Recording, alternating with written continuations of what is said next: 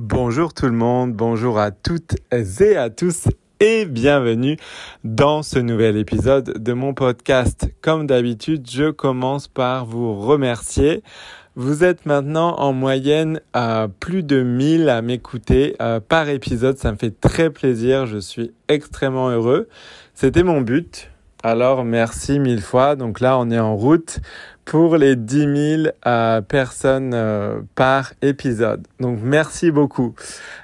Et comme d'habitude, s'il vous plaît, continuez de mettre un j'aime sur les épisodes, de commenter, de partager mon podcast avec vos amis, avec votre famille. Et n'oubliez pas qu'en ce moment, j'organise un grand jeu. Donc pour participer, il faut que vous mettiez un commentaire sur mon podcast, sur iTunes, sur Apple Podcast. Il faut vous abonner, souscrire également à mon podcast. Et en faisant ça, ces deux choses, donc un commentaire sur Apple Podcast, iTunes, et vous abonner à mon podcast. En faisant ça, vous entrez dans la compétition et vous avez une chance de remporter une leçon privée avec moi. Donc voilà, je vous laisse participer. Merci beaucoup. Sans plus attendre, le thème d'aujourd'hui. Donc 3 choses à faire tous les jours pour améliorer ton français. On est toujours évidemment dans le 30 jours, le défi de 30 jours pour améliorer ton français. Alors la première chose à faire tous les jours, c'est de pratiquer le français évidemment. Alors, c'est-à-dire pratiquer le français à l'oral. On parle d'expression orale, on parle de conversation, on parle de discussion. Vous savez, l'expression orale, ça mobilise beaucoup de choses à la fois et c'est très très important de pratiquer et de le faire. Alors, il vous faut pratiquer à l'oral tous les jours, un petit peu tous les jours. Je vous dis pas de pratiquer pendant des heures, mais au moins un petit peu chaque jour. Voilà. Prenez du plaisir et pratiquez avec, donc si vous avez des amis en France, au Québec ou dans d'autres endroits, par exemple, maintenant avec Zoom, avec Skype, sur Internet, etc., il est très facile de se connecter à ses amis et de pratiquer le français ensemble. Sinon, cherchez des groupes sur Facebook, par exemple, avec des francophones, des gens qui veulent pratiquer le français, ou bien il y a des apps, des applications. Voilà, il y a beaucoup d'outils en ligne pour trouver des francophones, pour trouver des natifs, pour trouver des gens avec qui pratiquer votre français un petit peu tous les jours. Donc voilà, je pense que c'est très très important vraiment de pratiquer l'expression orale. Ensuite, quand vous pratiquez l'expression orale, n'hésitez pas à expliquer des règles de grammaire, par exemple, des choses en français. N'hésitez pas à les expliquer à l'oral parce que quand vous expliquez les choses, quand vous les formulez à l'oral, ça vous aide vraiment à bien mémoriser, à bien vous souvenir de ces choses. Et c'est un petit peu comme un test. Si vous arrivez à les expliquer à l'oral, ça veut dire que vous les comprenez très bien vous-même. Et j'irai même encore plus loin. Il y a un outil que j'adore, moi, c'est les quiz. Donc, par exemple, sur Kahoot. Je ne sais pas si vous connaissez les quiz Kahoot ou Quizlet, je crois. Je ne sais plus, je suis plus sûr du nom, mais je crois que c'est Quizlet et Kahoot. Je trouve que les quiz, c'est vraiment bien pour faire des questions de grammaire, par exemple, de conjugaison, de vocabulaire, etc., de règles.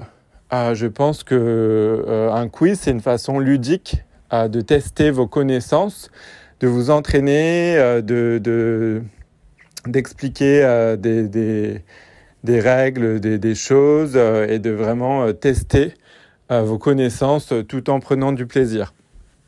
Voilà. Et aussi, ce que je recommande, c'est quand vous vous entraînez à l'oral comme ça, que vous avez un petit doute, n'hésitez pas, et c'est valable pour les autres points que je vais mentionner plus tard, n'hésitez pas à avoir auprès de vous un manuel ou un livre de grammaire, par exemple, que vous pouvez consulter si vous avez un doute. Voilà.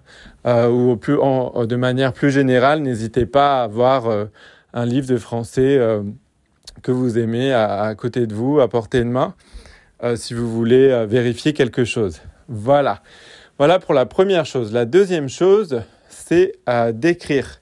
D'écrire en français, donc ce qu'on appelle l'expression écrite. Vous pouvez écrire une lettre. Moi, j'adore les lettres, personnellement. Vous pouvez écrire un email, vous pouvez écrire un texto, vous pouvez écrire un message sur Internet, donc sur Facebook ou sur WhatsApp, sur Telegram, etc., etc. Il y a beaucoup d'applications, beaucoup de supports maintenant de nos jours sur Internet. Donc, pour vraiment pratiquer votre expression écrite. C'est très important parce que vous savez, il y a une différence entre les mots, comment on les dit à l'oral et comment on les écrit.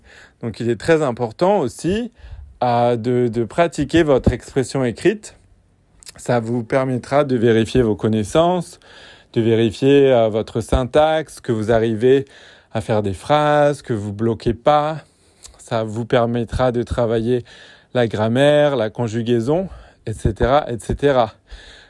Si vous avez quelqu'un à qui vous pouvez écrire des lettres ou des emails en français, vous pouvez commencer un échange en français par email, par exemple, un échange régulier.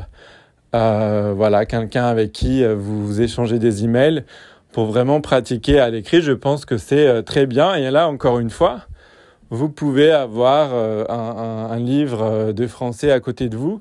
Si vous avez des doutes de conjugaison, de grammaire, etc., etc. Voilà, c'est valable aussi pour ce conseil numéro 2. Et enfin, évidemment, il faut, point numéro 3, pratiquer la compréhension orale. Et là, j'en avais déjà parlé. Ça passe par regarder des séries françaises, des films français, écouter des podcasts, des musiques françaises, la radio en français, etc., etc. Donc, très important aussi, évidemment, la compréhension orale. Et je l'avais déjà dit, quand vous avez les sous-titres en français, ça vous permet de travailler aussi l'écrit en même temps, en fait, en voyant le français écrit. Donc, c'est très, très, très pratique. Voilà pour ces 3 points. Donc, si je résume, expression orale, expression écrite et compréhension orale. Voilà, comme d'habitude, merci beaucoup. Je vais m'arrêter là. Continuez de commenter mon podcast, de vous abonner, de donner le nom de mon podcast Study French à vos amis et à votre famille. Continuez de leur expliquer comment trouver mon podcast sur iTunes, Apple Podcasts, Spotify, etc. Merci du fond du cœur et à très bientôt pour un nouvel épisode. Au revoir.